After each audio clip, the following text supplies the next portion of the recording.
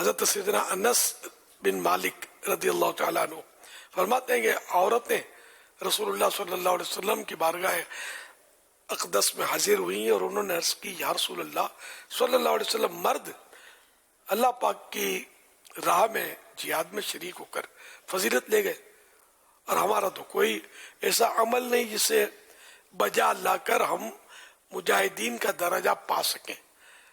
حضور اقدس صلی اللہ علیہ وسلم نے ان سے ارشاد فرمایا، عورتوں سے ارشاد فرمایا، تم میں سے جو اپنے گھر میں ٹھہری رہے وہ ان مجاہدین کا درجہ پائے گی جو اللہ پاک کی راہ میں جہاد کرتے ہیں۔ حضرت مفتی احمد یار خان نعیمی رحمۃ اللہ علیہ اپنی کتاب اسلامی زندگی میں فرماتے ہیں، کوشش کرو کہ تمہاری لڑکیاں حیادار اور ادب والی بنے تاکہ ان کی اولاد میں یہ اوصاف پائے جائیں۔ بے ادب ماں با ادب اولاد جن سکتی نہیں، مادنے زر مادنے فولاد بن سکتی نہیں۔ یہ ڈاکٹر اقبال کا شعر ہے۔ ظاہر ہے کہ ماں با پردہ با حیا ہوگی، سیرت و کردار اس کے درست ہوں گے، تقوی پرہیزگاری ہوگی، تو پھر اولاد بہت ہی اعلیٰ درجے کی نیک شخصیت بن سکتی ہے۔ اگر ماں اگر بے حیا اور مطلب بازار میں گھومنے والی اور مطلب اس طرح کی ہوئی تو پھر اولاد بھی جیسی ہو رہی ہے ہمارے سامنے ہی ہے۔ جو نظام ہم دنیا کا اس وقت دیکھ رہے ہیں بہت بری حالت ہے۔ اب مردوں کی حالت اتنی خراب ہو گئی ہے کہ جس کی انتہا نہیں۔ حالانکہ ان کو شاپنگ کرنی چاہیے، گوشت سبزی جو بھی سودا سلوف لانا ہے یہ ان کو لانا چاہیے، لیکن عورتیں لا رہی ہیں، یہ نہیں تعاون کرتے۔ تو یہ عورتیں ان کاموں کے لیے نہیں ہے بھائی۔ عورتیں بچے سنبھالیں گی، آپ باہر کا کام سنبھالیں، مل جل کر ہی ہوگا نا۔ تو یہ بچے بھی سنبھالیں اور یہ باہر کا کام کر بھی عورتیں ہی کریں، اور پھر تنقید کا نشانہ بھی بنے۔ یہ کیا اٹھا لائی، وہ ابھی تک تجھے لینا ہی نہیں آیا، ابھی تک تجھے پکانا ہی نہیں آیا، یہ باتیں سنیں۔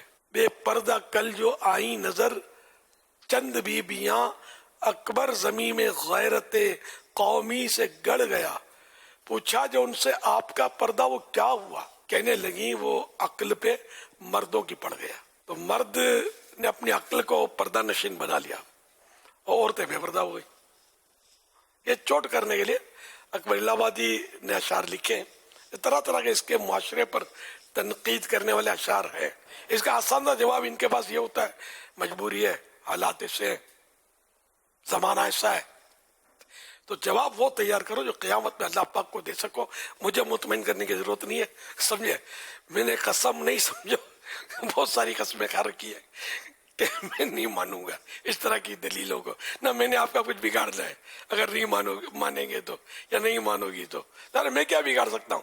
نہ میں کسی کو خوش ہو کر جنت میں اٹھا کے رکھ سکتا ہوں، نہ ناراض ہو کر جہنم میں ڈال سکتا ہوں۔